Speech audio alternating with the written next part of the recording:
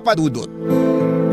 Tayo mga tao ay may kakayahang mag-aruga o mag-alaga hindi lang ng ating sarili kundi maging ng mga mahal natin sa buhay. Kaya lang minsan ay nakakalimutan natin ito dahil nagkakaroon tayo ng ibang prioridad. Ibang tao o bagay na mas gusto nating alagaan kesa sa ating sarili at pamilya. Lahat ng yon ay napagdaanan ko. At mula sa mga karanasang yon ay natuto ako kaya naman nag-decide po ako na ibahagi ang mga natutuhan ko sa programa ninyong Barangay Love Stories. Pero bago ang lahat ay magpapakilala muna ako. Ako po si Kira, 26 years old at isa akong elementary school teacher dito sa Cavite. Bunso po ako sa 5 magkakapatid. At ang 2 kong ate na kapwa ay panganay at pangalawa ay meron ng sariling pamilya. Hindi sila nakapagtapos ng college dahil mas pinili nilang magtrabaho sa Manila bilang kasambahay. At doon na nga nila nakilala ang kanilang mga mister. Kaming 3 ng Kuya JM ko at ng isa ko pang ate ang naiwan sa poder nila nanay at tatay. At nung nasa 18 years old ako taong 2016 ay nagpaalam sa amin si Kuya JM na magtatrabaho na siya sa Maynila bilang truck driver, Papa Dudut.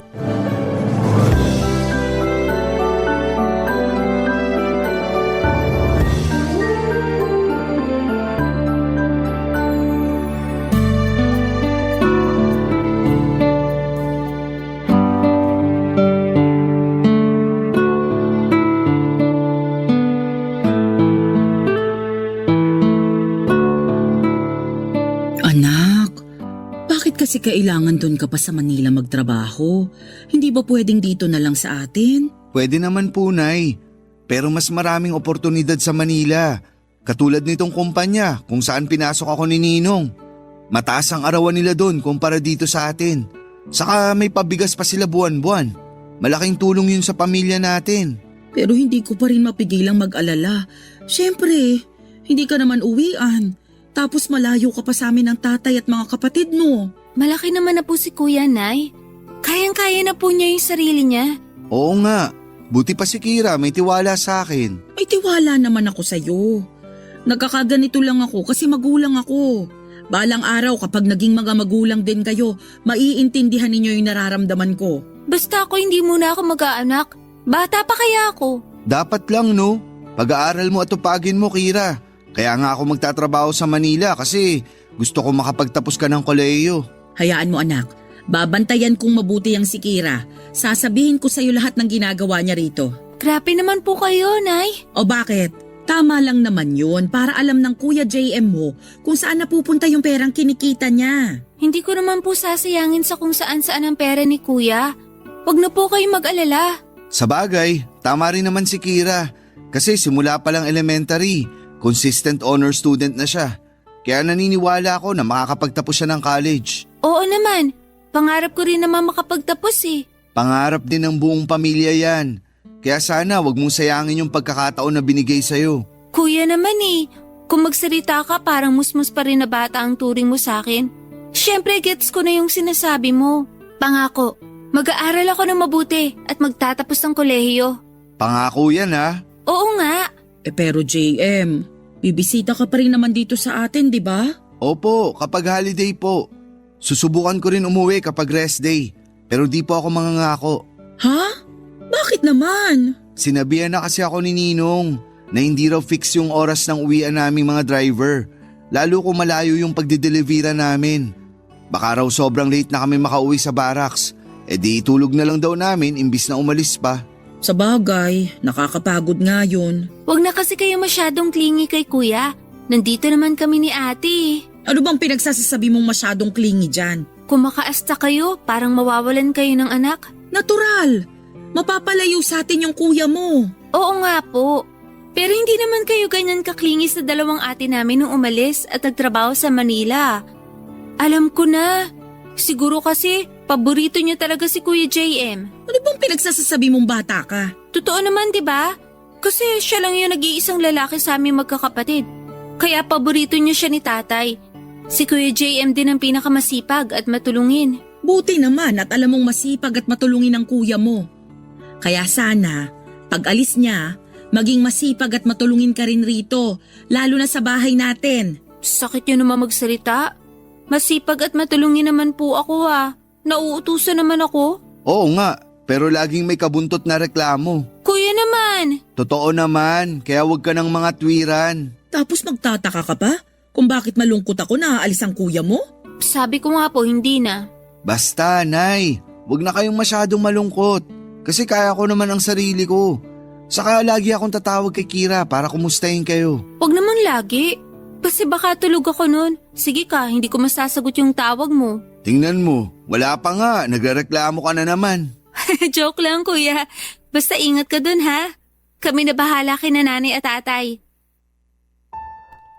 Papa Dudut, 23 years old na si Kuya JM ng mga panahong yon. Dahil nga siya na ang tumatayong panganay matapos magsipag-asawa ng dalawa naming ate, ginawa ni Kuya ang lahat ng makakaya niya para makatulong sa aming pamilya. Pero bata pa lamang ay masipag na talaga si Kuya Papa Dudut. Siya ang pinakamatalungin sa aming magkakapatid. Nag-iisang lalaki rin kaya paborito ni nanay at tatay si Kuya. Pero katulad ng iba kong mga ate ay hindi na nakapagtapos ng college si Kuya dahil mas pinili niyang maghanap buhay. Nabaldado kasi ang tatay namin matapos nitong ma-stroke. Simula noon ay naging taong bahay na ito habang inaalagaan ni nanay at si Kuya na ang tumayong padre di pamilya. Kahit malungkot ang mga magulang namin, sa pag-alis ni Kuya ay masaya naman ako kasi nangako siya sa akin na pagtatapusin niya ako ng kolehiyo. Mataas kasi ang pangarap ko para sa aking sarili. Ayokong gumaya sa mga kapatid ko na mas pinili na magtrabaho na lamang kesa magtapos ng pag-aaral. Bukod doon ay alam ko na magiging proud sa akin ang mga magulang namin dahil ako pa lang ang magiging kauna-unahang college graduate sa pamilya. Mabilis na lumipas ang isang buwan. Walang mintis ang pagtawag sa akin ni Kuya JM upang kumustahin kami. Lalong-lalo na ang kalagayan nila nanay at tatay, Papa Dudut.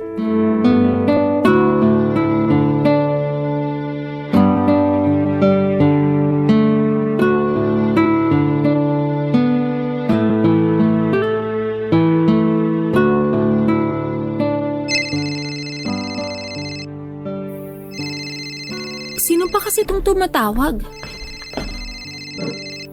Si Kuya pala. Sagutin ko na nga. Hello, Kuya? Bakit ang tagal mo namang sagutin? Sorry kasi kababalik ko lang. Inutusan ako ni nanay bumili ng toyo sa tindahan tsaka yelo. Medyo galit na nga siya kasi kinulang daw yung toyo niya pang adobo. Tapos hindi pa niya mautusan si ate dahil busy sa ibang bagay. Kaya ayun, naiwan ko na yung cellphone ko kasi nga nagmamadali ako. Ganun ba? Oo. Pero bakit ka napatawag? May nangyari ba dyan? Wala naman. Gusto ko lang kayong kumustahin nila nanay at tatay. Okay lang naman kami. Pero si nanay pala inuubo tsaka sinisipon kasi naulan na nung isang araw. Uminom na ba siya ng gamot? Oo, kaya lang minsan ang tigas ng ulo. Paano matigas ang ulo? Tinatamad uminom ng gamot kasi ganito, ganyan. Basta ang daming dahilan. Siyempre pinagsasabihan ko naman siya na paano siya gagaling agad kung hindi siya iinom ng gamot.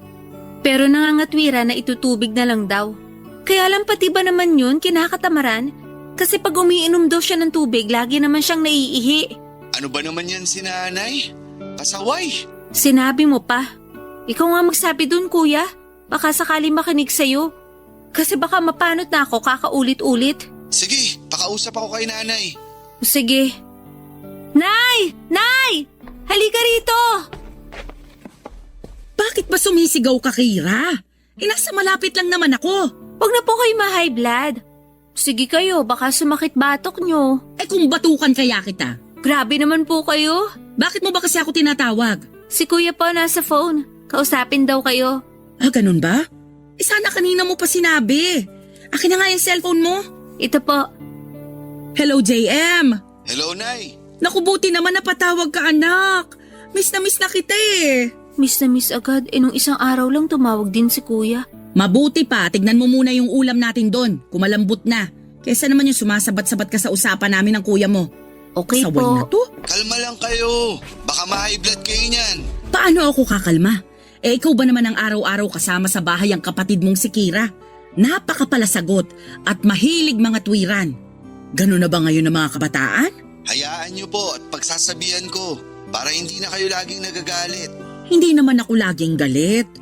Ngayon lang to kasi nga may nararamdaman ako. Nabanggit nga po sa akin ni Kira na may ubod-sipon kayo kasi naulanan kayo nung nakaraan. Oo eh. Lumabas ako noon para kunin yung padala mo. Kaso biglang buhos ng ulan nung malapit na ako sa bahay natin. Imbis na sumilong, tumakbo na lang ako para makauwi na. Kaso naabutan pa rin ako ng ulan. Pero ayos naman ako. Yan po ba yung ayos? May iniinom naman na akong gamot. Na kinatatamaran niyo rin daw inumin. Yan ba yung sinabi nung magaling mong kapatid? Opo, at mukhang tama nga siya. Ay, Nay naman. Paano kayo gagaling yan agad kung hindi nyo iniinom yung gamot nyo? Hindi rin daw kayo umiinom ng tubig. Kasi nagrereklamo kayo na laging nagbabanyo. Baka naman ma-dehydrate kayo niyan. Sorry anak ha. Pasensya na talaga. Okay lang po. Basta wag na po kayong maging pasaway. Para rin naman sa inyo yan. Para gumaling kayo agad. Kasi baka mapagastos pa tayo ng malaki pag lumala yung sakit nyo. Oo eh. Naisip ko rin yan. O hayaan mo. Simula ngayon, iinumin ko na yung gamot ko. Kay Kuya Ay, kabayo. JM lang pala kayo susunod eh. Bakit naman nanggugulat ka dyan, Kira? Hindi naman po ako nang gugulat. Kakakapin nyo yan. Ewan ko sa'yo.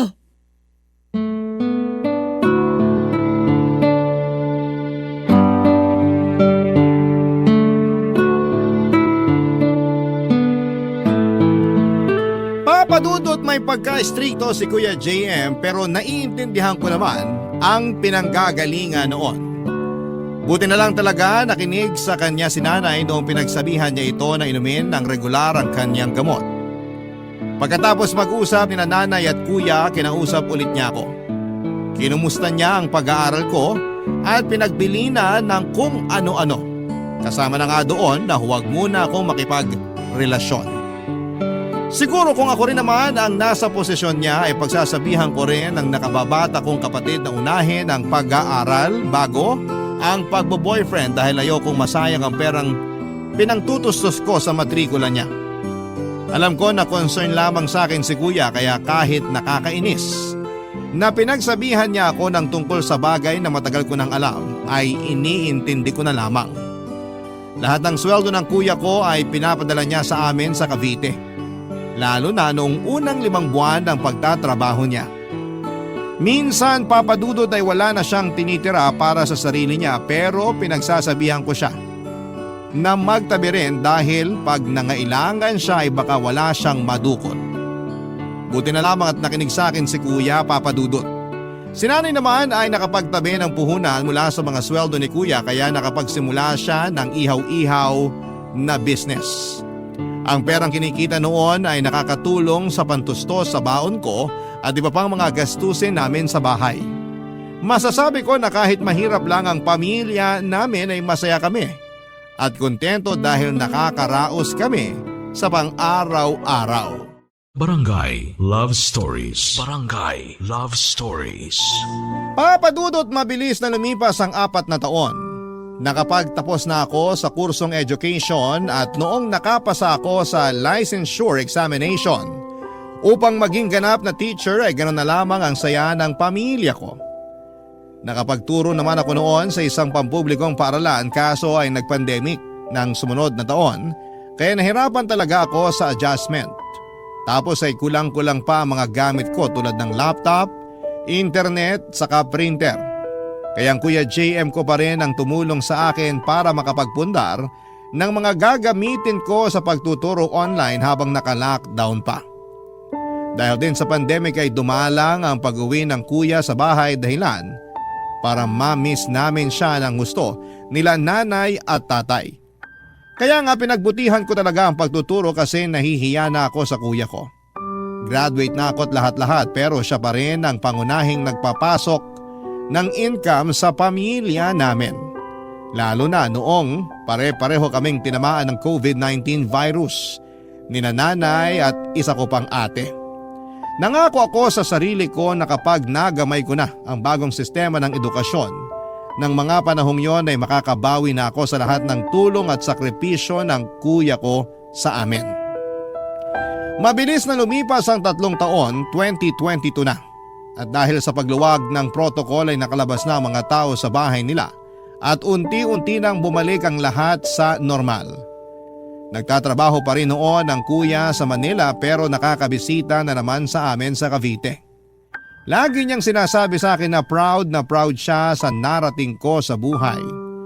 Kahit na noon ay pakiramdam ko ay wala pa akong napapatunayan. Mas lamang kasi ang pagod ko noong mga panahong yon kesa sa fulfillment, kaya siguro na-drain ako. Buti na lamang at nakilala ko si Luke, tendero sa isdaan na palagi kong pinagbibilhan sa palengke.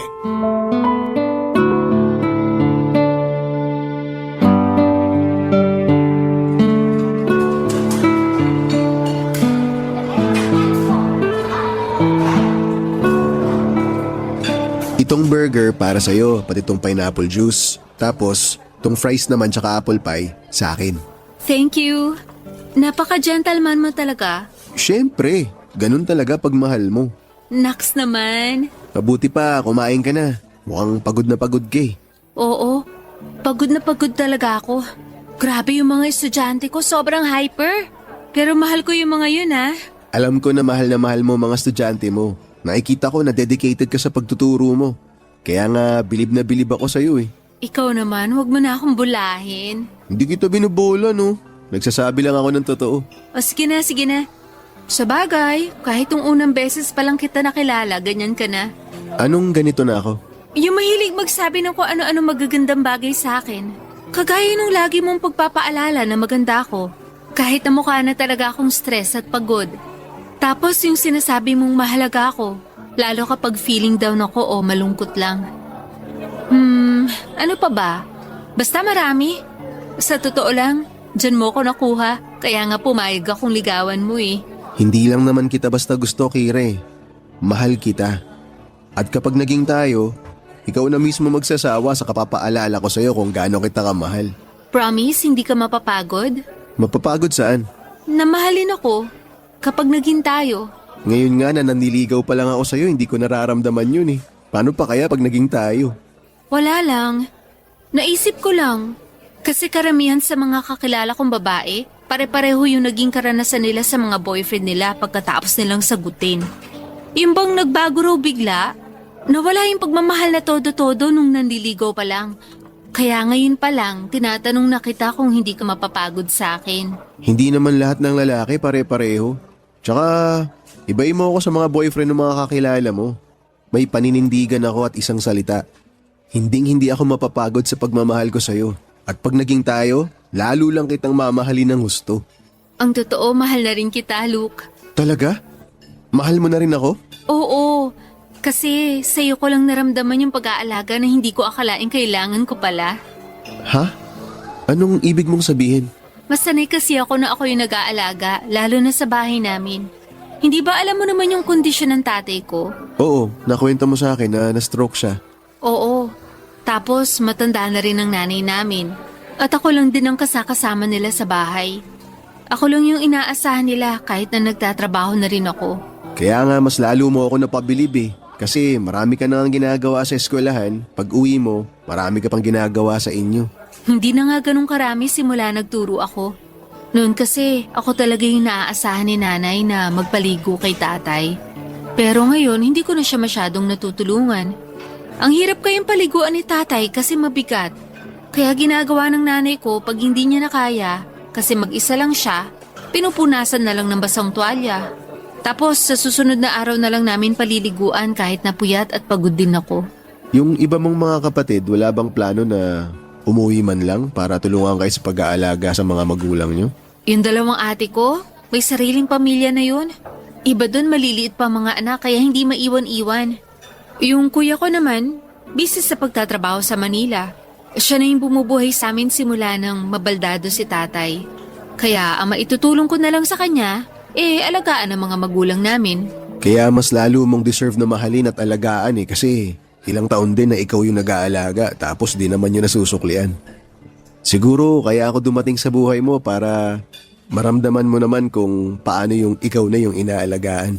Salamat, Luke. Malaking bagay yung pagmamahal, pag-aalaga at suporta mo sa akin. Akala ko noon, kaya ko na mabuhay na kasama lang yung mga magulang ko.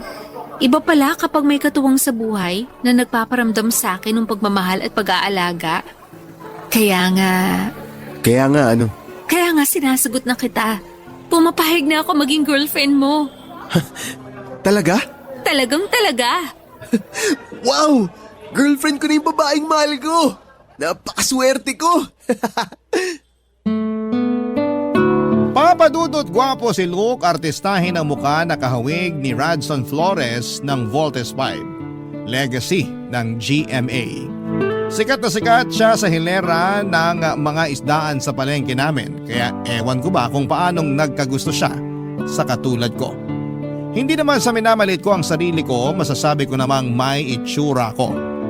Pero para mapansin ng isang katulad ni Luke ay ewan ko na lang talaga kung paano yon nangyari. Basta ang natatandaan ko noon ay mabait na talaga siya sa akin. Mahilig makipagkwentuhan kapag ako ang customer niya. Tinatawaran niya rin ako at madalas ay dinadagdagan niya pa ang mga pinamili ko. Nung hingin niya ang cellphone number ko ay agad ko yung ibinigay sa kanya. At doon na nga nagsimula ang pagkakaibigan namin na nauwi sa pag-iibigan. Nang sagutin ko si Luke ay nakaramdam ako ng labis na saya at gaan sa damdamin. Maalaga kasi siya at first time ko lang maalagaan dahil simula nang umalis si Kuya JM sa bahay namin para magtrabaho ay ako na ang umiintindi kina nanay at tatay. Yung ate ko kasing isa ay nakahanap na rin ng trabaho sa Rizal noong naalis ang quarantine.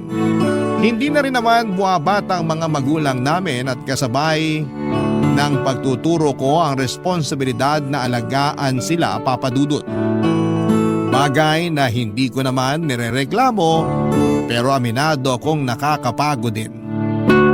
Mabilis na nagdaan ang isang taon at masasabi ko na sobrang nagpapasalamat ako sa Diyos dahil dumating sa buhay ko si Luke.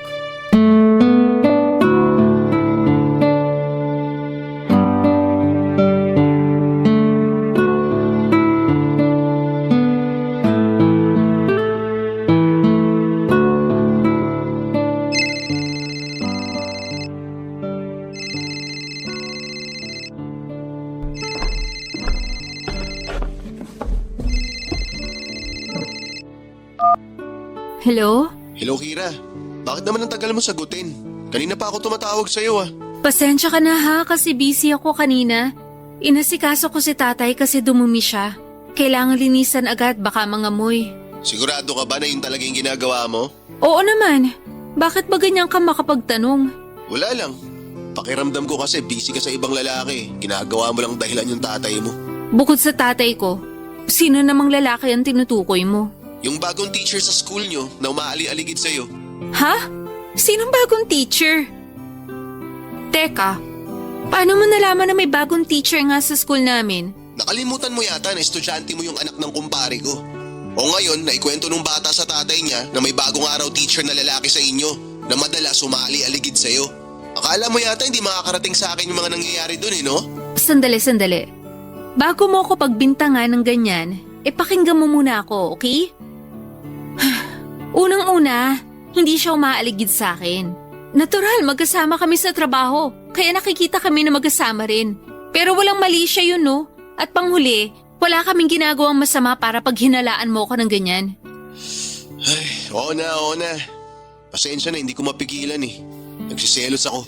Wala ka naman dapat pagselosan kasi ikaw naman ang mahal ko. Sorry na. Nagkakaganito lang naman ako kasi mahal kita. Kaya nga naisip ko na... Na ano? Nayayain ka na maipag-live-in sa akin. Ha? Look naman. Alam mo naman na hindi ako pwedeng basta umalis sa bahay namin. Alam ko naman yun, pero kailan ba pwede? Hindi ko alam. Kasi pag umalis ako, sino na lang maiiwan kina nanay at tatay dito sa bahay? Pati ba naman yun, poproblemahin ko pa? Natural, magulang ko sila. Naandun na tayo pero hanggang kailan mo ba sila dapat alagaan? Kung ako tatanungin, nasa tamang edad ka na para mag-asawa eh. O kung ayaw mo pa magpakasal, edi magsama na muna tayo. Uso naman yun. O sige, tungkol sa mga magulang mo na lagi mo ibinibida na ikaw ang nag-aalaga. Ikaw na lang ba nang ikaw ang dapat na mag-alaga sa kanila? Di ba may mga kapatid ka pa? Di ba napag-usapan na natin yung tungkol sa bagay na yan? Oo nga, maraming beses na nating napag-usapan. Pero kahit sa ang anggulo mo tingnan, luging-lugi ka eh. Pare-pareho lang naman kayo nagtatrabaho. Pero ang kaibahan mo, nag-aalaga ka pa ng mga magulang mo. Eh sila, nagpapakasarap lang sa mga buhay nila kasi wala silang responsibilidad dahil inako mo na. Nagagawa nila lahat ng gusto nilang gawin, tas ikaw, inaalala mo pa yung mga magulang mo. Parang gusto mong gawin ko? Iwan sina nanay at tatay para makipag-live-in sa'yo? Oo, kasi di ba mahal mo naman ako? Mahal kita, pero mahal ko rin naman ang mga magulang ko. Yan ang hirap sa'yo eh. Mga magulang mo lang mahal mo. Saan naman ang galing yan? Alam mong hindi yan totoo. Kasasabi ko lang na mahal kita, di ba? Kung mahal mo talaga ako, papayag ka sa gusto kong mangyari. Hindi naman mahirap gawin yun eh. Tsaka 1 taon na tayong magkarelasyon. Sapat na panahon na yun para magsama na tayong dalawa. Ewan ko, pero pwede bang pag-isipan ko muna? Pag-iisipan mo pa talaga? Ay, sige, pag-isipan mo. Pero wag mong tagalan ha. Pag nainip ako, iiwan talaga kita, sinasabi ko sa'yo. Hello, Luke? Hello? Bakit mo naman binaba? Hindi pa nga tayo tapos mag-usap eh. Papadudot na gulat ako nang yayain na akong makipag-live-in ni Luke. Pero ang mas ikinagulat ko ay kung paano niya pala tingnan ang pagtira ko pa rin sa bahay kasama sina nanay at tatay dahil nga sa responsibilidad kong alagaan at bantayan sila. Aaminin ko na nakakaramdam ako ng matinding tampo sa boyfriend ko ng mga panahong yon. Akala ko kasi ay concern siya sa kapakanan ng mga magulang ko. Pero mukhang nagkamali ako. Pero sa aming dalawa ay mas galit si Luke dahil sa hindi ko agad pagpayag na makipag-live-in sa kanya. Nanlamig siya sa akin at naging mailap kaya naman naapektuhan ako ng gusto. Lalo na sa pagtatrabaho ko.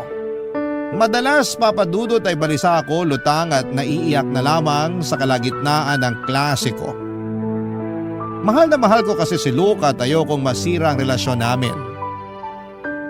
Doon ko nga naisip na may punto rin naman ang mga sinasabi niya, papadudot, tungkol sa pagkakakulong ko sa mga responsibilidad ng pag-aaruga sa mga magulang namin na mga panahong magkasintahan kaming dalawa, papadudot. Barangay Love Stories. Barangay Love Stories. Papadudot dahil po sa hindi ko pagpayag na makipag-live-in kay Luke ay lumala ang pagsiselos niya.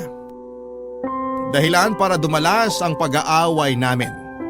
Lagi na niya akong pinaghihinalaan na merong iba kahit na wala naman talaga.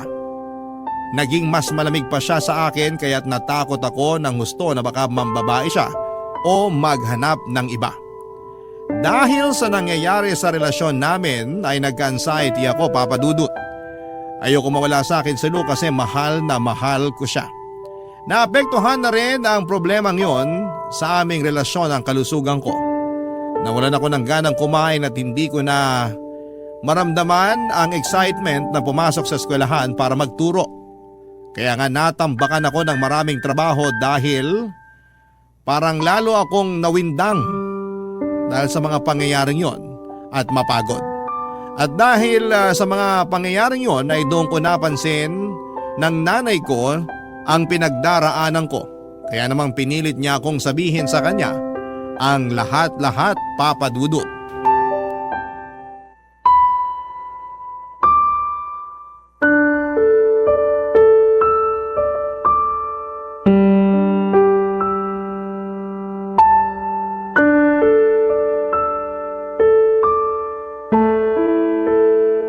Napapansin ko lagi kang balisa, anak ka. May pinagdaraanan ka ba? Wala po, Nay. Anong wala? Halatang halata sa boses mo. Sige na, sabihin mo na sa akin kung anong nangyayari para naman matulungan kita. Si Luke po kasi. O bakit? Hiwalay na ba kayo? Hindi pa po pero nanlalamig siya sa akin. Ha? Bakit naman? Kasi po, Kasi ano? May ginawa ka ba kaya siya nagkakaganon?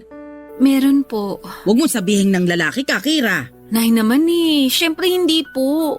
Hindi ko magagawa yun kasi mahal ko si Luke. Bakit nga siya nanlalamig sa'yo? Sabi mo may ginawa ka, kaya siya nagkaganon. Ano ba kasi yon? Niyaya niya po ako makipag-live-in. Ano? Live-in? Ibig sabihin aalis ka na rito sa bahay natin? Opo, kung pumayag ako. Pero sabi ko, pag-iisipan ko po muna. Ano pag-iisipan pa? Sana sinabi mo sa kanya na hindi ka pumapayag. Po? Hindi mo ba ako narinig? Sana sinabi mo na hindi ka pumapayag. Hindi yung pag-iisipan mo pa. Bakit naman po hindi ako papayag, Nay? Mahal ko po si Luke. Mas mahal mo pa si Luke kaysa sa amin ng tatay mo? Hindi po, pero... Pero gano'n na rin yun.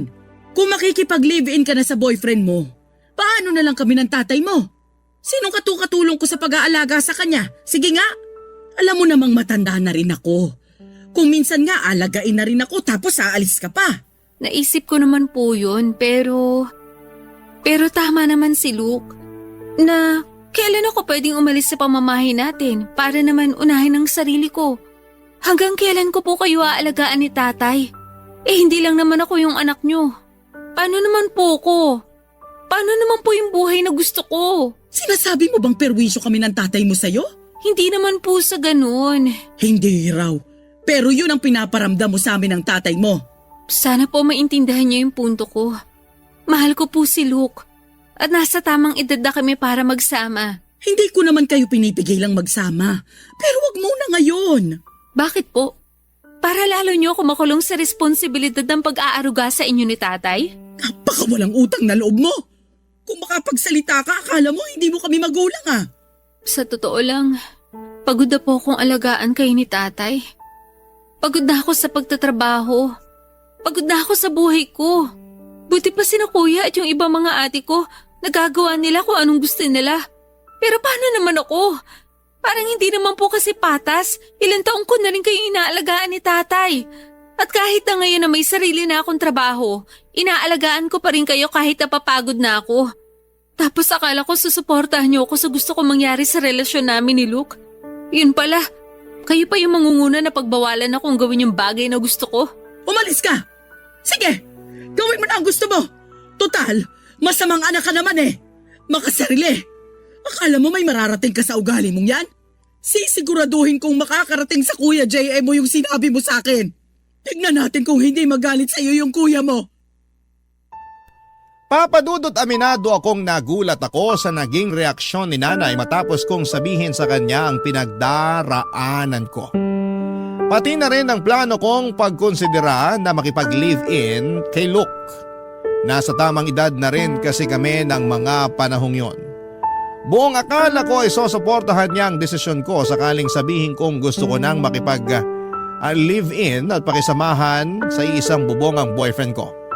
Pero dahil nga sa mga sinabi niya sa akin ay napatunayan ko na tama nga si Luke. Na makasarili ang mga magulang ko dahil ayaw nila akong palayain sa responsibilidad ng pag-aaruga sa kanila. Hindi nga nagtagal ay nakarating sa kaalaman ng kuya ko ang sumbong ni nanay tungkol sa pag-uusap namin. At tulad ng inaasahan ay galit na galit sa akin ang kapatid ko noong tinawagan niya ako sa cellphone. Dismayado raw siya sa akin dahil mas gusto ko pang iwanan ng mga magulang namin at sumama sa iba kesa alagaan sila. Nang mga panahong yon ay may kinakasama na rin si Kuya JM. At suportado nila nanay at tatay ang pakikipag-live-in niya. Pero pagdating sa akin ay tutol sila. Kaya useless na rin magpaliwanag kay kuya dahil sarado ang pag-iisip niya. Sarili lamang niya ang mahalaga sa kanya. Kaya ang ginawa ko ay tinuloy ko ang pakikipag-live-in kay Luke dahil para sa akin ay toxic na ang pamilya ko. Nangupahan kami ni Luke sa isang maliit na kwarto sa kabilang barangay lang. Pero pagkalipas ng 2 buwan, iba't ibang tao ang pumupunta sa inupahan namin para singilin ng utang ang kinakasama ko. At nang tanungin ko siya tungkol doon ay inamin niya na may mga inutangan nga siyang tao pero hindi niya masabi sa akin kung saan niya dinala o ginamit ang pera. Nagalit ako sa kanya pero mas nagalit siya sa akin. Ang ending, Papa Dudut, ako na lang ang nagbayad ng mga utang niya kahit masama ang loob ko. Pero may mas isa sa mapapala ang loob ko sa kinakasama ko. Lalo noong lumala ang adeksyon niya sa pag-inom ng alak. Lagi na siyang naglalasing at ang dahilan niya ay natanggal daw siya sa pinagtatrabahuhang isdaan. Ang dinig ko naman ay ayaw na raw sa kanya ng may-ari dahil hindi naman pagtatrabaho, kundi pag-online games lang ang inaatupag niya. Dahil nga sa mga nangyari, sa akin niya binunton ng frustration niya. At paglasing siya, ay pinagbubuhatan niya ako ng kamay. 2 buwan ko ring tiniis ang pananakit niya sa akin dahil mahal ko siya. Hanggang isang araw ay kinumusta ako ng Kuya JM ko nung umuwi siya sa amin sa Cavite. Tinawagan niya ako sa cellphone at nakiusap siyang umuwi ako sa bahay para makita nila nanay at tatay dahil miss na raw nila ako, Papa Dudut.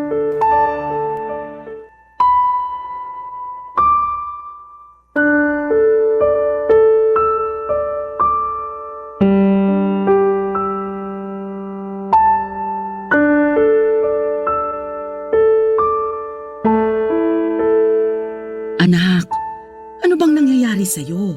Bakit may pasa ka sa labi? Na paano yan? Wala po, Nay. Anong wala? Pwede ba? Nanay mo ko. Huwag mo akong ginagawang tanga. Sino may gawa sa'yo niyan? Si Luke ba? Kasi po, Kasi ano? Sabihin mo sa amin kung kagagawa niya ng lalaking yon para naman maturuan natin siya ng leksyon. hindi kuya, wag. Wag mo nang galawin si Luke. At bakit hindi? Ilakas pala ng amas siya kung siya talaga yung nanakit sa'yo. Siya nga ba, Kira? Siya ang may kagagawa niyan sa'yo? Opo, Nay. Ay, tinamaan naman talaga ng lintik. Pero kasalanan ko naman. Kasi sumagot-sagot ako sa kanya ng pabalang. Kaya nasapak niya ako. Kahit na, mali pa rin nasapakin ka niya kasi babae ka. Nasaan na yung mokong na yon para maturuan ko ng leksyon? Siya yung sasapakin ko hanggang pumutok nguso niya. Kuya, please, wag na. Anong wag na? Kita mo ang ginawa niya sa'yo? Kaya nga nagsisisi na ako. Kasi nakipag-live-in ako sa kanya eh. Sana pala hindi ko pinairal yung katigasan ng ulo ko. Ayun tuloy, nakarma ako kasi suwail akong anak. Sorry po, Naya. Sorry po talaga. Ayos na yun, anak. Sa totoo lang, dapat din akong humingi ng sorry sa'yo. Kasi ako ang nagtulak sa'yo na umalis at makipag-live-in sa Luke na yon. Dapat kasi hinayaan na lang kita sa desisyon mo. Hindi kita hinadlangan. Para sana nakapag-isip ka pa ng mabuti at mas nakilala mo pa yung lalaki na yon bago ka nakisama sa kanya. Pero dahil natakot ako sa responsibilidad na maiwang mag-isa para alagaan yung tatay nyo, kaya hindi ako naging patas sa iyo. Sorry din, anak. Kasalanan ko talaga to eh. Huwag niyo na pong sisihin yung sarili niyo. Kasi mga magulang ko kayo eh. Higit kanino man, dapat kapakanan niyo ni tatay yung lagi kong inuuna. Oo nga, pero may sarili ka pa rin namang buhay. May mga bagay kang gustong gawin na ikaw lang, na hindi kami kasama ng tatay mo, at ayos lang yun. Tama si Nanay, Kira. Sorry kasi naging makasarili kami. Sorry kasi inatang namin sa iyo yung responsibilidad na alagaan sila ni tatay. Ang dami-dami nating magkakapatid. Mali pala yun. Dapat pala nagsasalitan tayo sa pag-aaruga kina nanay at tatay dahil pare-pareho natin silang mga magulang. Kaya nga, sising-sisi ako kasi nangyari pa sa iyo yan sa kamay ng Luke na yun. Ako rin naman malaki yung pagsisisi ko. Masyado ako nabulag sa pagmamahal ko sa kanya. Hindi ko na nakita yung mga maling bagay na ginawa niya nung una pa lang. Masyado ako nagmadali kaya ako nagkamali. Ano nang desisyon mo?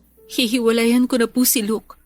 Ayoko na pong makisama sa kanya kasi pagod na akong intindihin siya. Kaso sabi mo mahal mo pa siya. Opo, pero unti-unti nang nababawasan yung pagmamahal ko na yun sa kanya. At bago pa yung tuluyan mapalitan ng galit at hinanakit at tuluyan na ako mawalan ng respeto sa kanya, mabuti pang maghiwalay na kami ng landas. Magandang desisyon yan.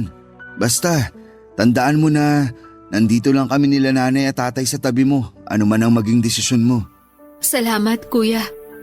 Maraming salamat talaga. Walang anuman yun. Welcome ka dito sa bahay. Umuwi ka na rito, anak.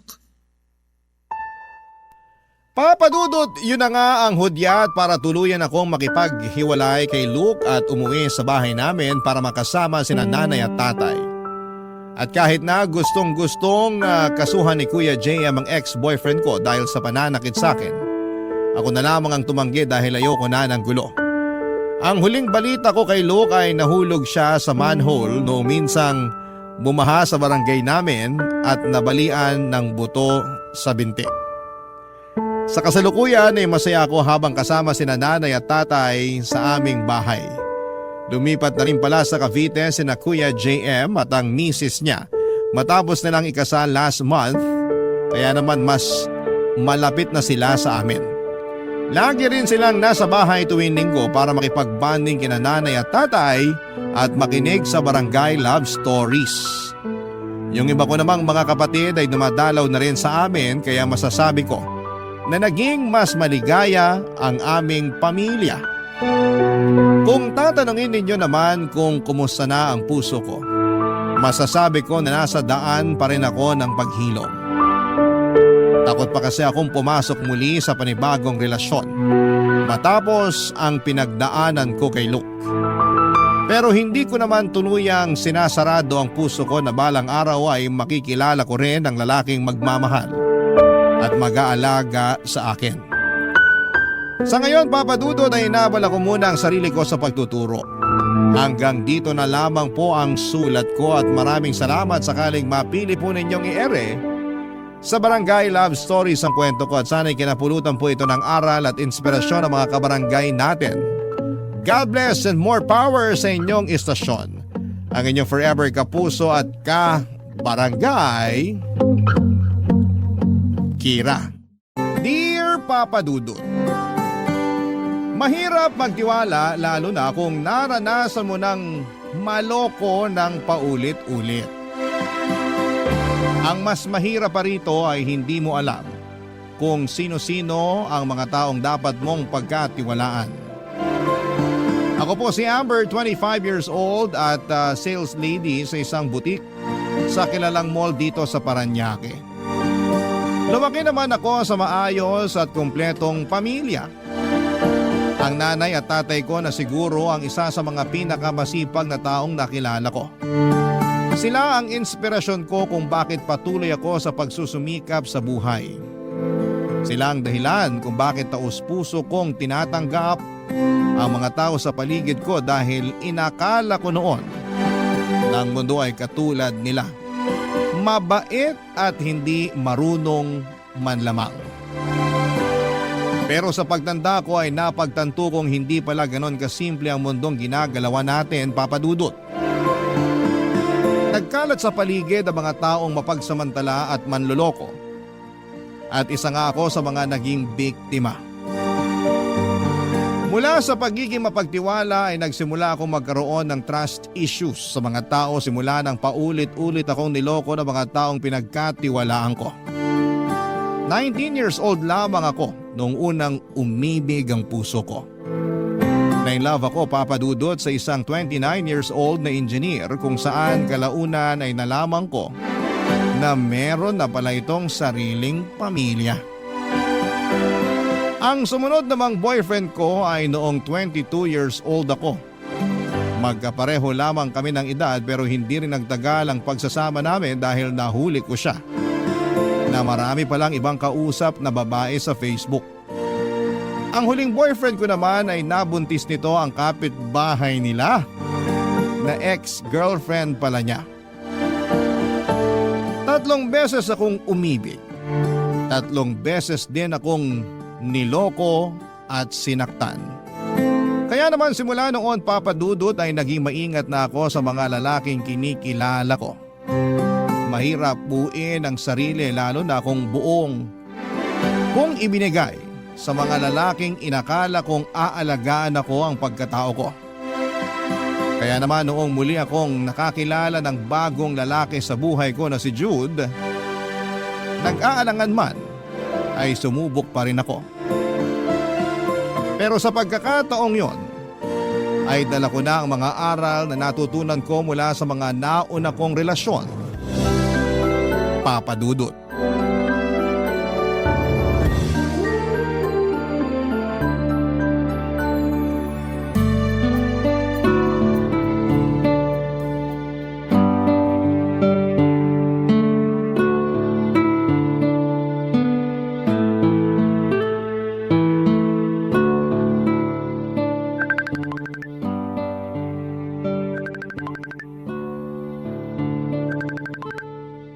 Hello? Hi, magandang gabi. Kumusta ka? Okay naman. Heto katatapos lang kumain, ikaw. Okay lang din. Nagre-review ako ngayon. Nagre-review ka pala, bakit ka tumawag? Ipinahinga ko lang tong mga mata ko. Naisip ko na tawagan ka para naman ma-inspire ako sa pagre-review. Lo, eme to? Open mo cam mo para makita kita. Ayoko, nakapantulog na ako eh. Sige na, please. Kahit saglit lang. Sige na nga. O, eto na. Kita na ba ako? Opo. Ganda niyo naman po. Ay naku, tigilan mo ako, Jude ha. Style mo bulok. Totoo naman. Ganda mo. Kaya nga kita message noon eh. Salamat. Ano naman nire-review mo? Yung para sa klase namin bukas. May oral recitation kami. Hindi ba nakakapagod yung ginagawa mo? Pagkatapos mo pumasok sa school, papasok ka naman sa work mo, tapos pag uwi, review ulit. Mabuti may lakas ka pang natitira. Nakakapagod pero kailangan gawin eh. Huwag mo sanang masamain tong tanong ko ha, pero paanong hanggang ngayon nag-aaral ka pa rin? Lagi ka bang bagsak sa klase? Hindi naman. Wala kaming pera eh. Kaya nakailang beses akong tumigil. Bilang bunso, mas priority ng mga magulang ko noon na pag-aralin sina ate at kuya. Kaso pagkatapos graduate, nagkapamilya agad sila. Kaya imbis na matulungan ako sa pag-aaral, hindi na nila nagawa kasi may kanya-kanya na silang pamilya na ginagastusan. Kaya ka nagtatrabaho ngayon para matustusan mo yung pag-aaral mo? Ganon na nga. Kung hindi ko gagawin yon, hindi ako makakapag-aral. At alam naman natin na kapag wala kang diploma, pahirapan na makahanap ng trabaho. Totoo naman yan.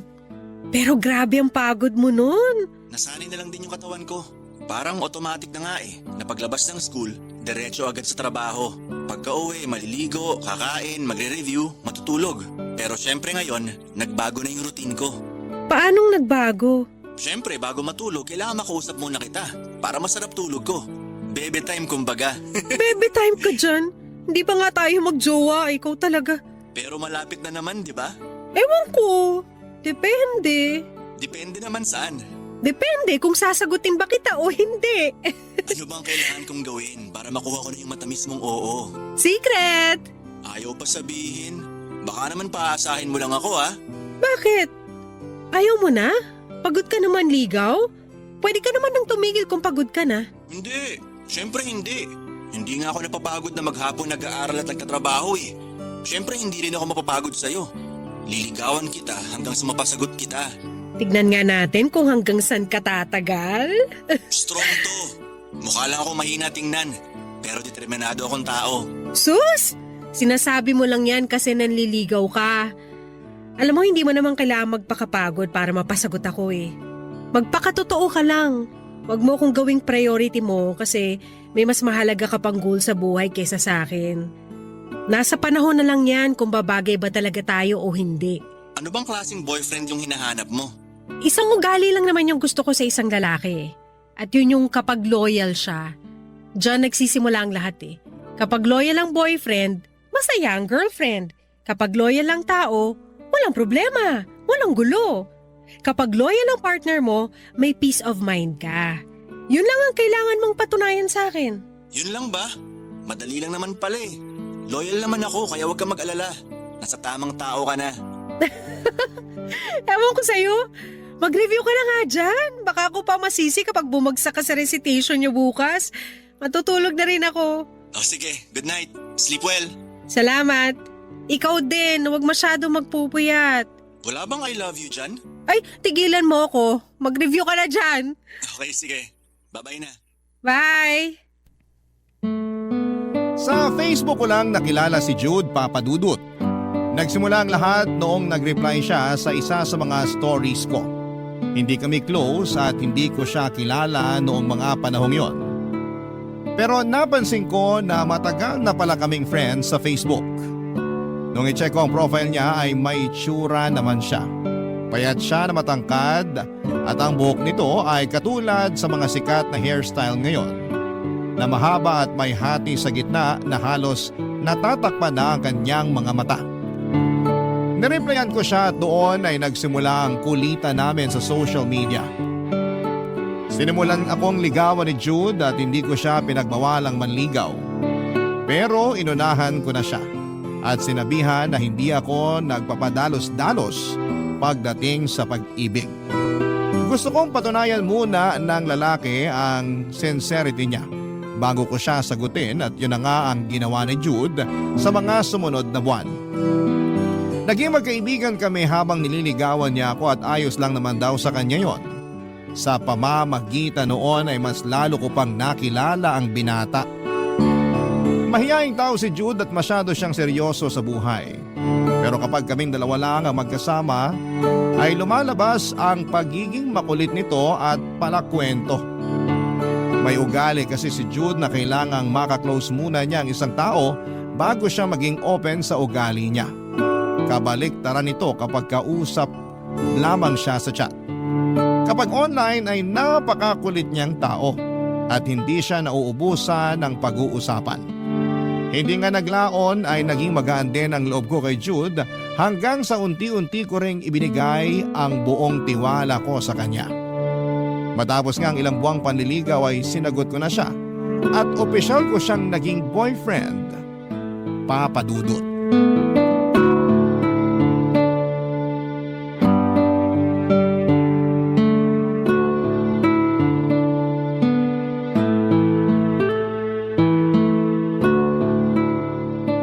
Jude, sure ka ba talaga na pwedeng pumunta rito sa rooftop? Baka mamaya mahuli tayo Bakante naman tong building na to, kaya pwedeng pumasok kahit na sino. Kahit na, private property pa rin to. Kaya pwede tayong kasuhan ng trespassing nung may-ari kung sakali. Nagpaalam naman ako sa gwardya. Kumpare ni tatay yung nagbabantay dito, kaya pinayagan tayong makapasok. Tsaka hindi naman tayo magtatagal Manonood lang tayo ng sunset. Kung bakit kasi sa dami ng lugar na pwedeng puntahan, dito mo pa ako dinala sa abandonadong building Mamaya may multo rito Ang tanda mo na, nagpapaniwala ka pa sa mga multo? O bakit? Totoo namang may multo Hindi totoo ang mga multo. Alam mo kung anong totoo? Ano? First anniversary na natin. 1 taon na tong relasyon natin, yun ang totoo. At kaya kita dinala rito kasi gusto kong i-celebrate natin yun ngayon. Dito mismo? Oo, pinaghandaan ko tong araw na to. Kaya bago tayo tumuloy, pumikit ka muna. Ang dami mo talagang alam. Sige na, pikit na. Kasi may surprise ako sa'yo. Oo na, ito na. Nakapikit na. Halika, hawakan mo tong kamay ko. Sunod ka sa akin. Saan ba tayo pupunta? Malayo ba? Ilang hakbang lang. Kailangan nating umikot kasi haharap tayo sa kanluran. Bakit naman sa kanluran? Basta, makikita mo mamaya kung bakit. Check mo yung dinadaanan ko Baka madapa ako. Mahulog pa ako. Ang taas pa naman ng building na to. Huwag kang mag-alala, malayo naman tayo sa gilid Eto na, nandito na tayo. Pwede ko na bang buksan to mga mata ko? Oo, pwede na. Wow! Ikaw nag-ayos lahat nito? Oo, ayos ba? In fairness nag-effort ka pa. Picnic sa rooftop. May romantic side ka pala. Siyempre naman, para sa'yo yan. Nagdala talaga ako ng picnic blanket para ma-enjoy natin yung paglubog ng araw. Kaya pala kailangan nakaharap sa kanluran. Sakto, wala nakaharang na building dito banda. Di ba? Galing kong pumili ng lugar, no? Imbis na kandila, kato lang nakasinde. Para hindi tayo malamok habang kumakain. Scented yan, kaya mabango. Salamat, ang sweet mo talaga. Hindi ako nagkamali na sinagot kita. Sabi ko naman sa'yo wala kang pagsisisihan kapag ako yung naging boyfriend mo. Asus, oo na.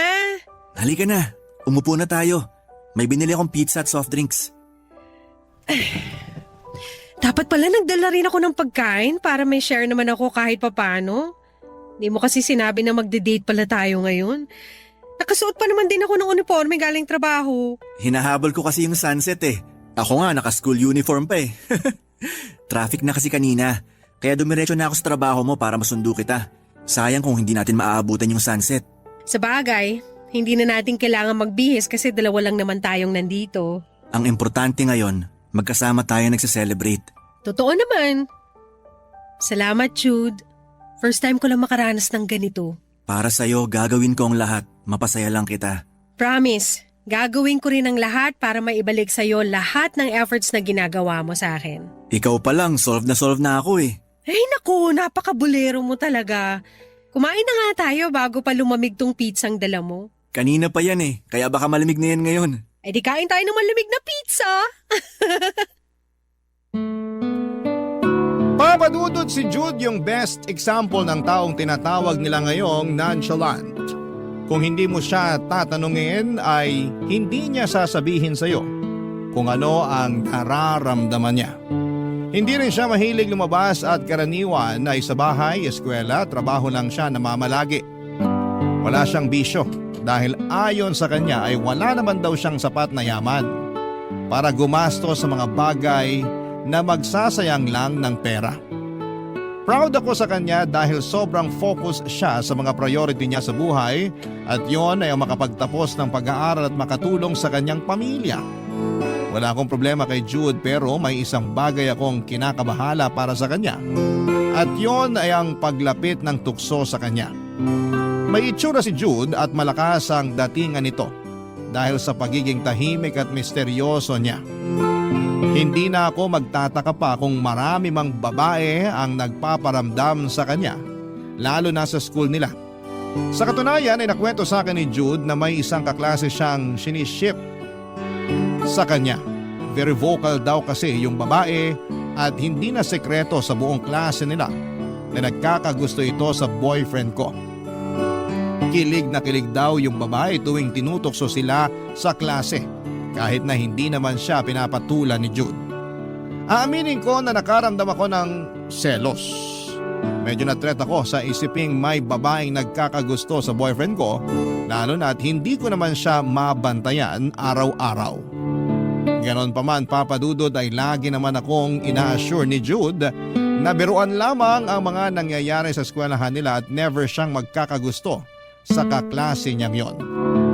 Pero bilang isang girlfriend papadudod, hindi ko maiwasang mag-overthink lalo na't araw-araw silang nagkakasama at nagkikita.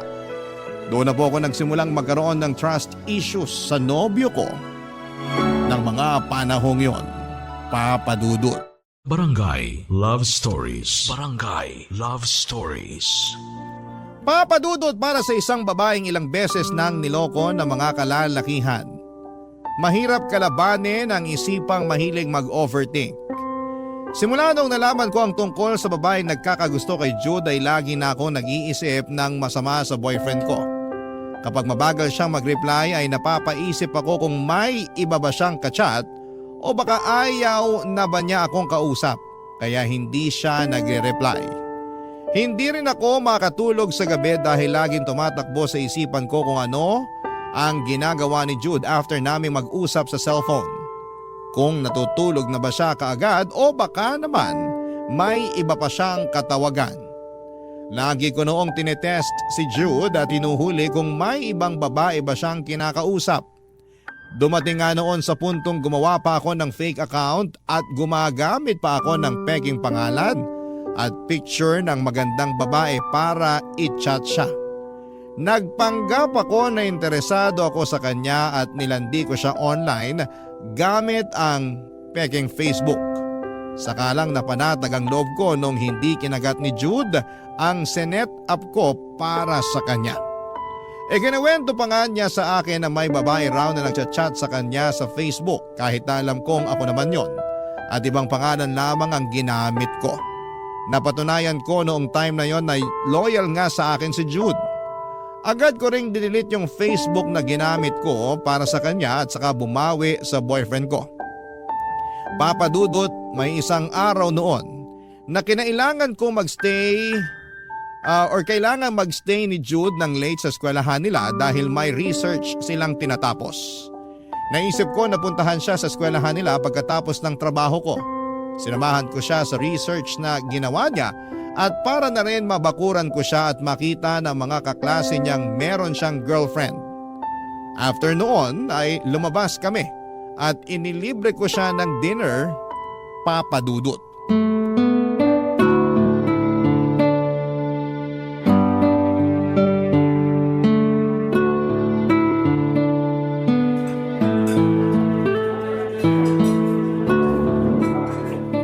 So, kumusta naman ang araw mo? Okay lang. Medyo busy sa school. Daming activities eh. Mabuti na lang pala naisipan kong i-treat ka ngayon para naman kahit papano makapag-relax ka. Salamat pala sa libre. Walang anuman. So after nito, saan ka na? Diretso ka na sa work. Wala akong pasok sa trabaho ngayon. Nagpaalam ako. Bakit? Huy, tinatanong kita kung bakit. Ha? Ano yun?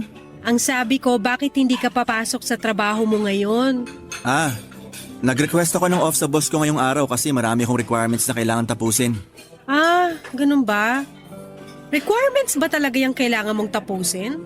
O baka naman may ibang tao ka pang kailangang atupagin? Anong ibig mong sabihin? Ewan ko sa'yo. Kanina ka pa dyan sa phone mo? Requirements din ba yan sa school? Habang kumakain tayo, nakatutok ka sa cellphone? Pati ngayon, nakausap kita. Hindi ka man lang makatingin sa akin. Sino ba kasi ang kausap mo dyan? Nag-a-update lang ako sa mga kaklase ko. Para saan naman? Kasama mo na nga sila buong araw eh. Hanggang ngayon sila pa rin ang kausap mo. May group project kasi kami na ginagawa ngayon. Baka tanggalin ako sa grupo kapag hindi ako nakikooperate. Sana pala hindi na lang tayo lumabas. Nakakahiya naman sa'yo. Sobrang busy mo pala masyado. Hindi, okay lang. Mabuti nga to at nakakain na ako. Para pwede na akong dumiretso sa bahay ng kaklase ko mamaya. Talaga? Okay. Psst. At talagang wala kang interes sa akin ngayon, ha? Ano? Sorry, hindi kita narinig. Sandali, re-replyan ko lang tong tanong ng classmate ko. Alam mo, nakakainis ka. Panira ka ng mood eh. Ang saya-saya ko kanina, excited pa man din ako na makasama ka. Pero ikaw, parang wala kang kaharap ngayon na girlfriend ah. Pasensya na. Eto na, ibababa ko na tong phone ko. Ano ulit yung sinasabi mo? Wala.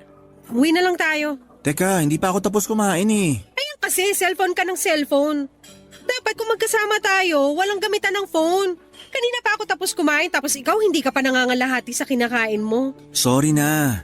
Kailangan ko lang talaga mag-reply kasi ongoing yung paggawa nila sa report namin. Actually, ako nga lang yung wala ngayon dun eh. So ako pa pala yung may kasalanan na hindi kayo kumpleto ngayon. Sana sinabi mo kanina para hindi na lang tayo lumabas, diba?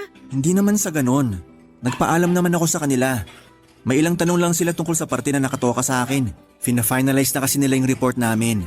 Bukas na kami magpipresent eh. Umuwi na tayo para makapunta ka na dyan sa paggawa ng report nyo.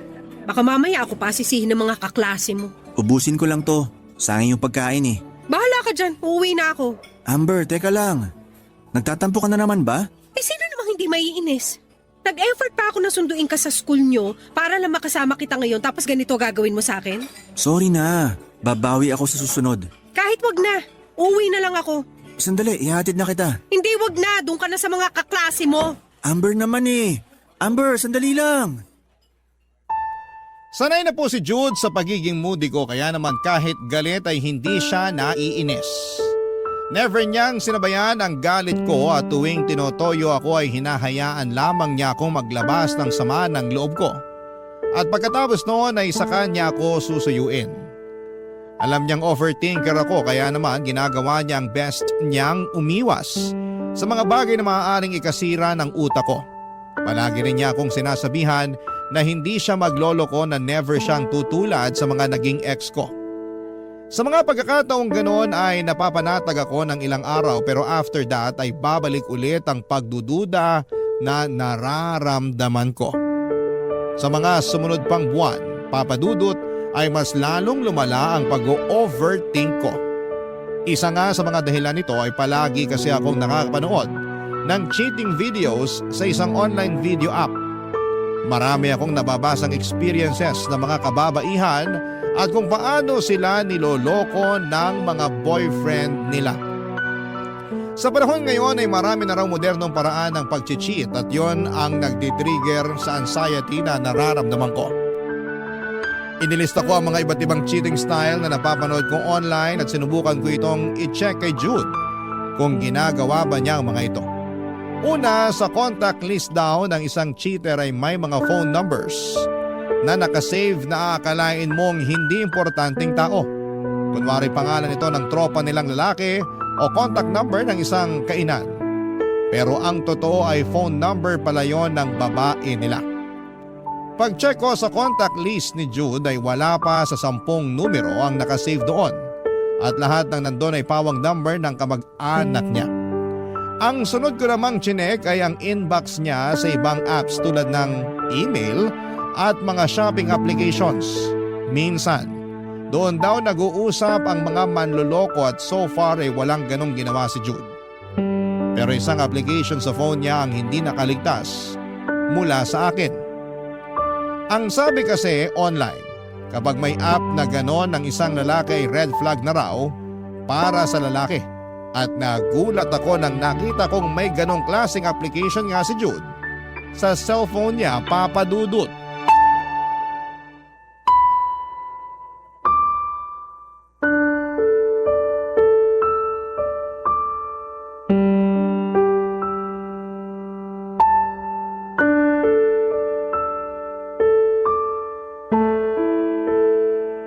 Jude, pahiram ng phone mo. Bakit? Nagcha-charge ako eh. Amin na, saglit lang, may titignan lang ako. Ano ba yun? Ako natitingin. Ibigay mo na lang sa akin. Ba't naman takot na takot ka magbigay ng phone? May tinatago ka ba dyan? Wala.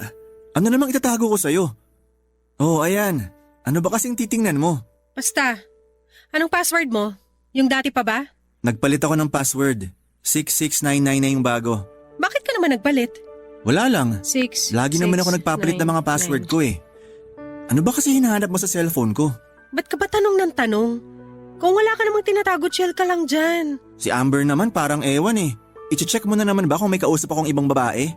Wala kang makikita dyan kasi wala naman akong kausap na iba. Shhh! Manahimik ka. Nagsasayang ka lang talaga ng oras. Ayun!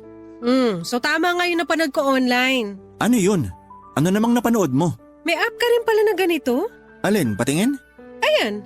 Favorite app daw yan ng mga cheater eh. Kasi madaling mag-delete ng convo dyan. Ang sabi sa napanood kong video, messaging app yan ng mga kabit. Sus, nagpapaniwala ka naman sa mga napapanood mo. Kahit i-check mo pa, wala akong ibang kausap dyan. Anong i-check ko kung na-delete mo na yung conversation nyo? Wala akong i-delete na convo kasi wala naman akong kachat sa app na yan. Eh bakit meron ka niyan? Para saan yan? May Facebook ka naman. Ba't mo kailangan ng ganyan? Dito ko ina-upload yung mga picture at video sa phone ko kapag na-full na yung memory ko. Tingnan mo, kahit i-check mo pa, puro pictures ko lang yung nandyan. Patingin? Ayan. Ano, wala di ba? Wala nga. Puro pictures lang ang nandito. Kung may kachat man ako dyan, puro school related lang. May group chat kami dyan na buong klase. Kasi yan yung preferred ng prof namin. Sabi kasi sa video, red flag daw yung mga lalaking may app na ganito eh. Nagpapaniwala ka kasi sa mga sinasabi sa internet. Hindi naman totoo yung mga yun eh. Puro paninirang puri lang yung mga yun. Paanong paninira based yun sa mga experience ng ibang tao? Clickbait lang yung mga yun para makakuha ng viewers. Tingnan mo, pati ikaw napaniwala nila. Kung gusto mo, i-delete ko na yung app na yan ngayon. Eh paano yung mga pictures mo? Wala akong magagawa. Kung ito lang yung tanging ikakapanatag ng loob mo, kahit mawala yung pictures ko, okay lang. Wag na. Sayang naman. Memories din yung mga yun. Oo, marami tayong pictures na nakasave sa app na yan eh. Tingnan mo. Amina, hanapin ko yung pictures natin nung nag-celebrate tayo ng anniversary sa rooftop. Naka-upload yun dito eh. Patingin nga. Wait lang, hinahanap ko na. Ayun, Oh, short hair ko pa dyan oh. cute nga eh. Send mo nga sa akin yan. I-download mo na rin yung app na to kasi magandang mag-send ng pictures at videos dito. Hindi pumapangit yung resolution. Kapag sa Facebook kasi pumapangit yung quality eh. Oh sige, da-download ko yan. Send mo sa akin lahat ng pictures natin ah. Sige, no problem. Basta wala kang ibang kausap dyan ah. Yung totoo, pictures lang talaga. Wala, ano ka ba? Hanggang ngayon ba wala ka pa rin tiwala sa akin? Alam mo namang madaling masira yung tiwala ko eh. Sabi ko naman sa'yo, hindi ko sasayangan yung tiwalang ibinigay mo sa akin. Oo na. Ano ulit yung pangalan ng app? Ito ba yon yung color blue? Oo, yan nga. Oh, ito. Downloading na. Simula nung araw na yon ay para bang lagi nang may pag-aalinlangan sa puso ko kahit na nasiguro ko namang walang ibang kausap si Jude sa app na yon. Alam kong hindi maganda ang ugali kong yon na lagi kong pinag-iisipan si Jude na may masamang ginagawa. Pero hindi ko naman ginustong maging ganon, Papa Dudut. Sobrang dami na lang kasing nangyayaring panluloko sa buhay ko. Pati na rin sa ibang tao kaya napakahirap maging kampante. Lalo na't marami na ngayon ang walang pakialam kahit makasira pa sila ng relasyon. Asawa nga naaagaw pa ng iba. Si Jude pa kaya na boyfriend ko pa lamang noong time na yon. Hindi nyo rin po kasi ako masisisi dahil pati sikat na mga artista na napapanood sa TV, silang nagiging patunay na napakahirap magtiwala. Si Kylie Padilla nga at Bea Alonso na parehong napakaganda ay nagawa pa ring lokohin ng mga asawa at boyfriend nila. Sure ako na mas madaling lokohin ang katulad ko na napaka-normal lang ang itsura ko. Marami na ring mga nagva-viral ngayon ng mga screenshot. Sa sobrang lala ng pag-overthink ko noon ay hindi naiwasang pati ang relasyon namin ni Jude ay naapektuhan na, Papa Dudut. Aminado naman ako na may pagkakataong nakakasakal na ako sa relasyon namin dahil ang dami kong gustong ipagbawal kay Jude para lamang mapanatag ang kalooban ko. Nariyan, Papa Dudut, na pinablock ko sa kanya ang mga babaeng nagchat-chat sa kanya. Hindi ko rin siya pinapasama sa mga outing nila kasama ang classmates niya dahil nga natithreaten ako sa kaklase niyang nagkaka-crush sa kanya. Marami akong ipinagbawal kay Jude pero sa kabila noon ay nagulat ako kasi tumatalima naman siya sa mga ipinag-uutos ko. Kahit nga minsan ay sumosobra na ako. Ganon pa man, kahit naging sunod-sunuran na si Jude sa mga gusto ko, ay hindi pa rin nawala ang masamang kutob ko. Kaya naman noong panahong yon, isang bagay ang naisip kong gawin, Papa Dudut. Barangay Love Stories. Barangay Love Stories. Papa Dudut, nanonood lamang ako noon ng mga video online nung dumaan sa feed ko ang video ng isang babaeng gumagawa ng mga loyalty test. Dahil sa ginagawa niya ay maraming lalaki ang napapatunayang niloloko pala ang mga girlfriend nila. Ang siste ay magpapanggap ang babae na itatago na lang natin sa pangalang Nina. Magkukunwari siyang interesado sa lalaki at lalandiin niya ito sa utos na rin ng mga babaeng gustong ipa-loyalty test ang kanya-kanyang nobyo. Kapag kumagat ang lalaki at nakipag-meet kay Nina, ay sa kanya i-video ang mga pangyayari at ipapadala niya ito sa girlfriend na nagpapa-loyalty test para may pruweba ang ginagawa nilang panluloko. Dahil sa kanya ay maraming relasyon ang nasira dahil lang hindi makapagpigil ang mga lalaking sineset up niya. At nalulungkot ako tuwing may babae na namang pinaibig lang tapos ay lolokohin din pala. Hindi nga ako makapaniwalang napakaraming lalaki ang kumagat sa pain ni Nina. Maganda rin naman kasi siya kaya naiintindihan ko kung bakit willing ang mga lalaking mag-cheat para lamang sa kanya. Ang hindi ko lang magets ay kung bakit napakadali para sa mga lalaking yon na lokohin ang mga girlfriends nila. Ilang araw ang lumipas ay nainganyo rin akong ipa-loyalty test si Jude, Papa Dudut. Matagal na panahon ko itong pinag-isipan dahil natatakot ako sa maaaring resulta ng test na yon.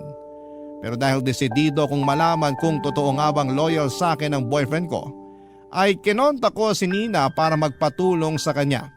Sa pamamagitan ng message ay tinanong ko kung anong oras siya available para matawagan ko siya at makausap, Papa Dudut.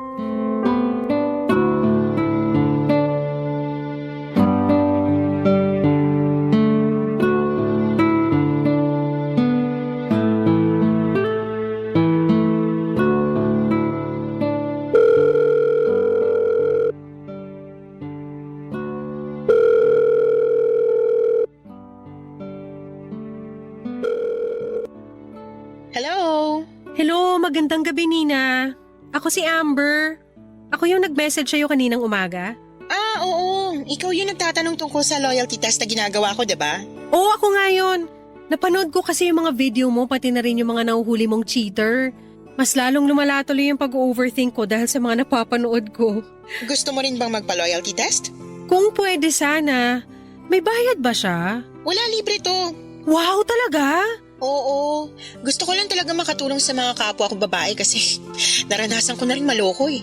Ang goal ko lang naman is ilabas yung baho ng mga lalaking hindi makontento sa iisang babae. Nakakatuwa naman. Alam mo, marami kang babaeng natutulungan dahil sa ginagawa mo.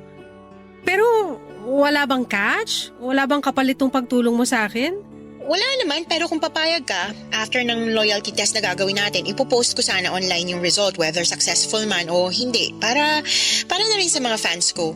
Oo, okay lang basta wag mo lang ipakita yung mga pangalan namin. Walang problema sa akin yun. Yun lang naman yung hinihingi kong kapalit, wala nang iba. So go ka? Oo, ipapa-loyalty test ko sana yung boyfriend ko, si Jude. Bakit mo naman naisip na ipatest siya? May hinala ka ba na nambababae siya? Hindi ko alam kung hinala ba yung tawag dito sa nararamdaman ko eh. Ilang beses ko na siyang hinuhuli pero wala talaga ako makitang ebidensya na naglolo ko siya eh. Wala siyang ibang kachat na babae. Umiiwas naman siya sa mga taong nagpaparamdam sa kanya pero ewan ko kung bakit parang may laging bumubulong sa akin na may ibang ginagawa yung boyfriend ko. Parang hindi ko alam yung word eh. Gut instinct? Oo, ganun nga. Parang ganun yung nararamdaman ko. Naku girl, trust your instincts kasi, 'di ba? Sabi nga nila na mas malakas ang intuition ng babae kaysa lalaki. Kung tingin mo may mali, malamang may mali nga. Kaya nga kita kinontak eh, para matapos ng lahat. Paano bang gagawin natin? Madali lang. Imi-message ko lang siya. Makikipagharutan ako sa kanya tapos kapag nakuha ko na yung loob niya, sasabihan ko siya na type ko siya. Minsan sila yung mag-i-invite na imita ko pero kung hindi nila gagawin yun, ako yung magfa-first move. Ang goal natin is kung aamin ba siya na may girlfriend ba siya habang ini-entertain niya ako. Kung i-deny ka niya, first red flag na yun. Pangalawa, kung willing siyang makipag-meet sa akin for, alam mo na, isang bagay lang naman ang ginagawa kung bakit nagkikita ang babae at lalaki. So kung nangyari yun, second red flag na yun. Kapag nakadalawa na, tatanungin kita kung okay na bang ebidensya yun para sa'yo. Kung gusto mong mag-stop na, ibablock ko na siya. Then after that, ikaw nang bahala sa boyfriend mo.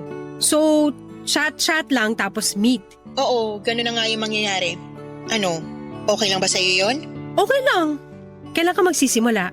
Kung gusto mo, kahit ngayon na. Ano ba yung Facebook niya? I-message ko sa'yo mamaya. O sige, may tip ka ba sa akin kung paano ko siya i-approach? Hindi siya masyadong makwento sa simula, lalo na kapag hindi ka niya kilala. Pero kapag gumaan na loob niya sa'yo, magiging madaldal na yun. Mahilig siya sa anime.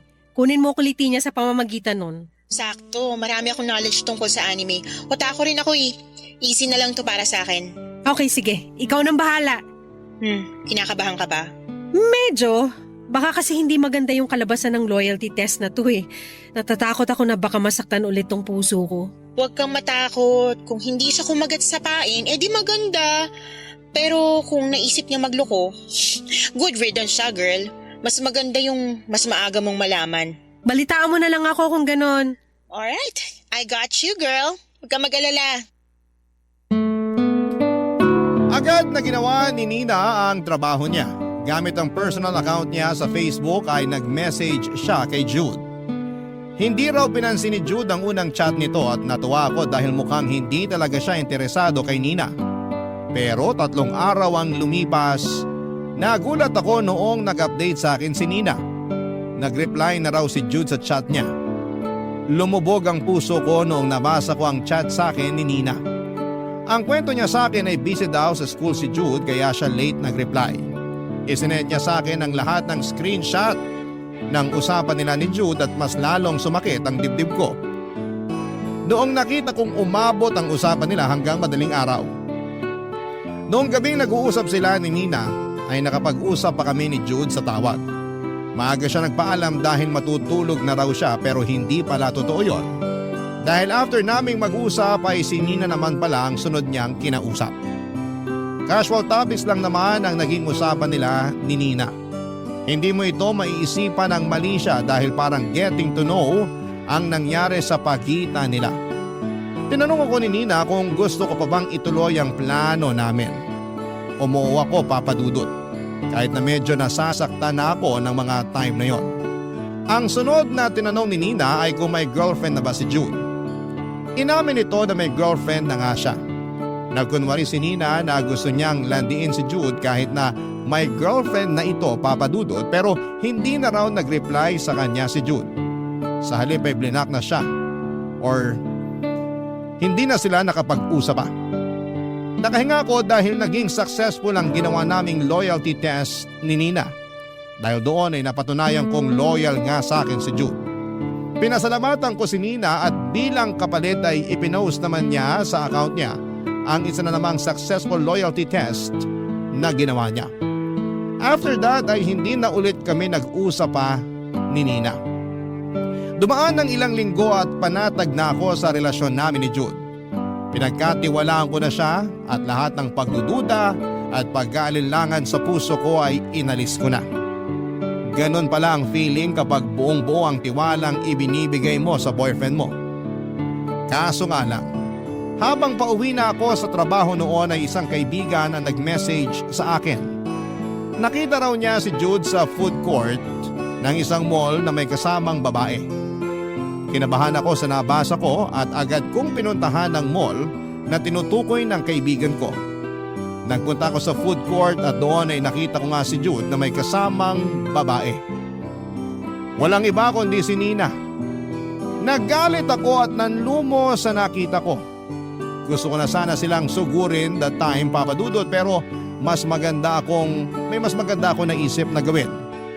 Inilabas ko ang cellphone ko saka ko tinawagan si Jude para hulihin sila ng harap-harapan, Papa Dudut.